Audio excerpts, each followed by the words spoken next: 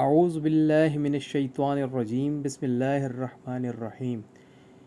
بچوں کو نظر بد سے بچانے کے لیے حضور صلی اللہ علیہ وآلہ وسلم کا ایک عمل، ایک سنت سن لو۔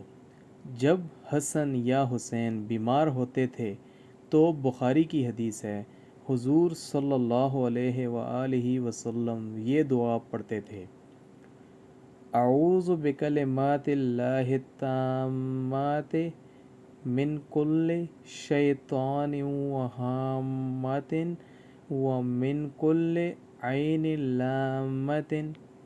ایک بار پھر سے پڑھ لیتے ہیں: اعوذ بکلمات اللہ التامات من کل شیطان وہامۃ ومن کل عین لامۃ۔